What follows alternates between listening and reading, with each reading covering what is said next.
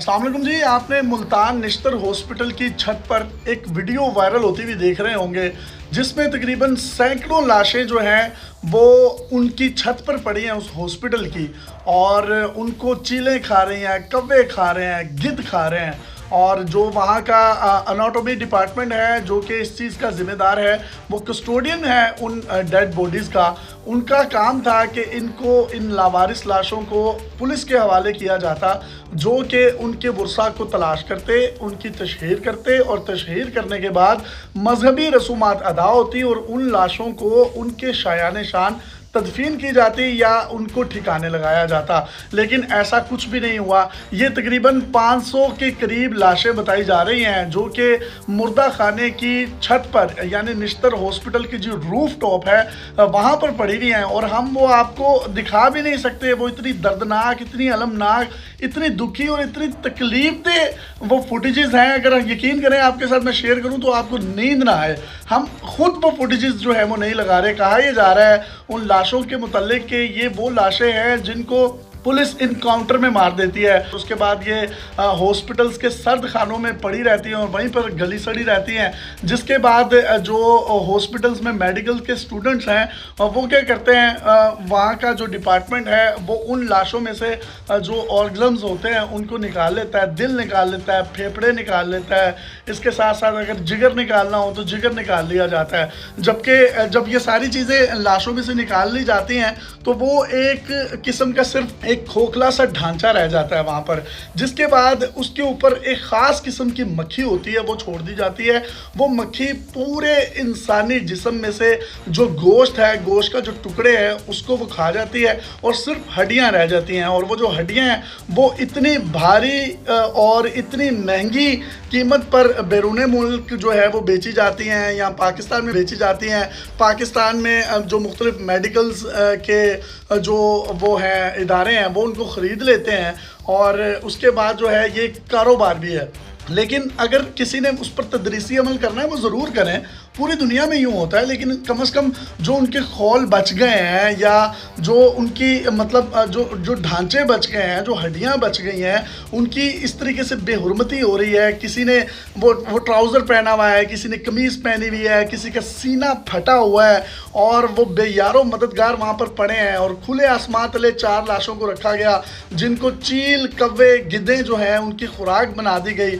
ये तो इंसानियत के साथ साथ उस इंसान की भी तजलील है। इंसानियत जो है वो शर्मा गई है। जबकि दूसरी तरफ पाकिस्तान में कुछ ऐसे तखरीबकार लोग भी मौजूद हैं जो कि किसी ना किसी तरह से इसको कोई नस्ली रंग देने की कोशिश करता है, कोई मजहबी रंग देने की कोशिश करता है। बहुत से लोग ये कह रहे हैं जी ये जितनी भी लाशें हैं, ये जो लावारिस लोग थे, ये जो गुमशुदा लोग हैं या लापता अफराद हैं, ये उनकी लाशें हैं जो कि बलोच हैं या जिनका ताल्लुक KPK से है या जो पख्तून हैं या पश्तून है। तो ऐसा कुछ भी नहीं है। ये जितनी भी लाशें हैं, ये सबसे पहले आप एक चीज़ अपने अंडरस्टैंड करें अपने माइंड में, ये इंसान की लाश है। वो इंसान कोई बलोची भी हो सकता है, वो पंजाबी भी हो सकता है, वो सिंधी भी हो सकता है, वो कोई भी हो सकता है। इवन वो कोई क्रिश्चियन भी हो सकता है, वो कोई हिंदू भी हो सकता है। ये ज़रूरी नहीं है कि वो मुसलमान ही हो। लेकिन सबसे पहले जो बात है वो एक इंसान की लाश है। और जिस इंसान की लाश है, इन तमाम लाशों के जो DNA टेस्ट करवाए जाए, DNA टेस्ट करवाने के बाद पुलिस को ये जिम्मेदारी सौंपी जाए कि जितने भी मुतल्लिका इदारे हैं उनको ऑन बोर्ड लें, और अगर इसकी कोई तशहीर करनी है तो हमारा प्लेटफॉर्म भी उसके लिए हाजिर है। आप हमें कोई फुटेजेस वगैरह दें, आपको जो कोई मालूमात की तशहीर हमसे करवानी है डेली पाकिस्तान से, तो हम भी फ्री ऑफ कॉस्ट वो करने के लिए तैयार हैं। आप हमसे रब्ता करें ताकि इनके लवाहिकीन तक, उन प्यारों तक इनकी लाशें पहुँचें। बहुत से लोग समझते हैं कि शायद उनके किसी भी फ़र्द को जो है वो किडनैप कर लिया गया है या वो लापता हो गए हैं। बहुत से लोग रोड एक्सीडेंट्स में मारे जाते हैं, बहुत से लोग पुलिस मुकाबलों में मारे जाते हैं। तो वो उन लोगों को भी थोड़ा सा सब्र आए कि जी हमारा प्यारा इस दुनिया में है या नहीं है, या इस दुनिया से कूच कर गया है, और कम से कम अगर वो अपने हाथों से उसकी तदफीन कर देता है तो उसके पास एक सब्र आ जाता है, उसको एक जो है अल्लाह ताला की तरफ से एक उस पर करम हो जाता है जिससे उसके दिल को सुकून मिल जाता है। और एक ऐसा शख्स जिसको पता ही नहीं है उसका प्यारा इस दुनिया में है भी या नहीं है या किस हाल में है, उसको बेचारे को किस तरीके से नींद आती होगी, उसको सुकून किस तरीके से मिलता होगा। पुलिस जो है वो पुलिस मुकाबलों के बाद लवाहिकीन को क्यों नहीं ढूंढती? क्योंकि अक्सर मुकाबले जाली होते हैं। इसी तरीके से ऐसे बहुत से मामलात हैं जिसमें लाशों को उनके वर्सा के हवाले सिर्फ इसलिए नहीं किया जाता कि वो सुस्ती, काहली, फंड्स की कमी होती है, और जो रोड एक्सीडेंट्स पर लोग मर जाते हैं वो भी मुतल्लिका लवाहिकीन तक नहीं पहुंचते। तो ये एक बड़ा सीरियस इशू है, और इस इशू की जितनी मजम्मत की जाए वो कम है।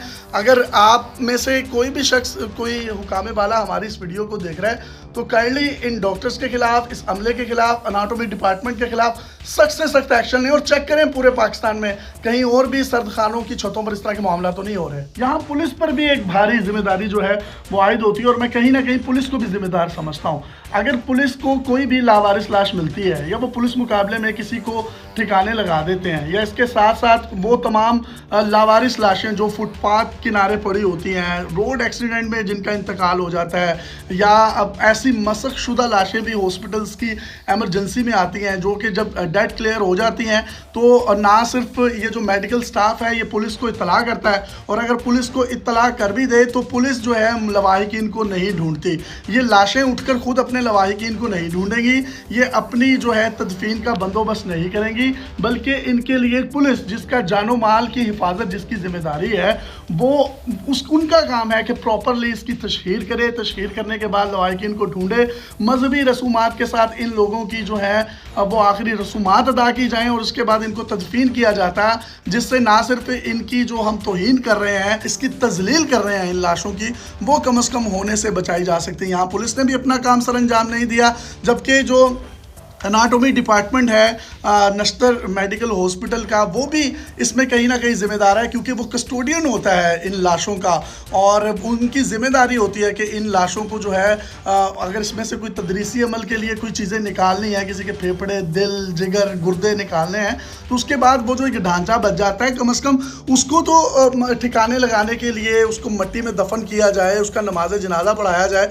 लेकिन हम जिस मुआशरे में रहते हैं वहाँ पर जिंदा इंसानों के साथ जो सलूक किया जाता है उनको वो इंसाफ नहीं मिलता, तो इन लाशों की जो बेहुरमती है उसको किस तरीके से रोका जाएगा। और ये कोई पहला वाक़या नहीं है, इससे पहले भी बहुत से वाक़यात ऐसे होते हैं जिसमें आपको पता है कि कब्रों में से लाशें निकाल ली जाती हैं और उनके साथ रेप किए जाते हैं, और उसके साथ साथ उनका गोश्त खाया जाता है। एक भक्कर का भी एक वाक़या आपने चंद सालों पहले सुना होगा।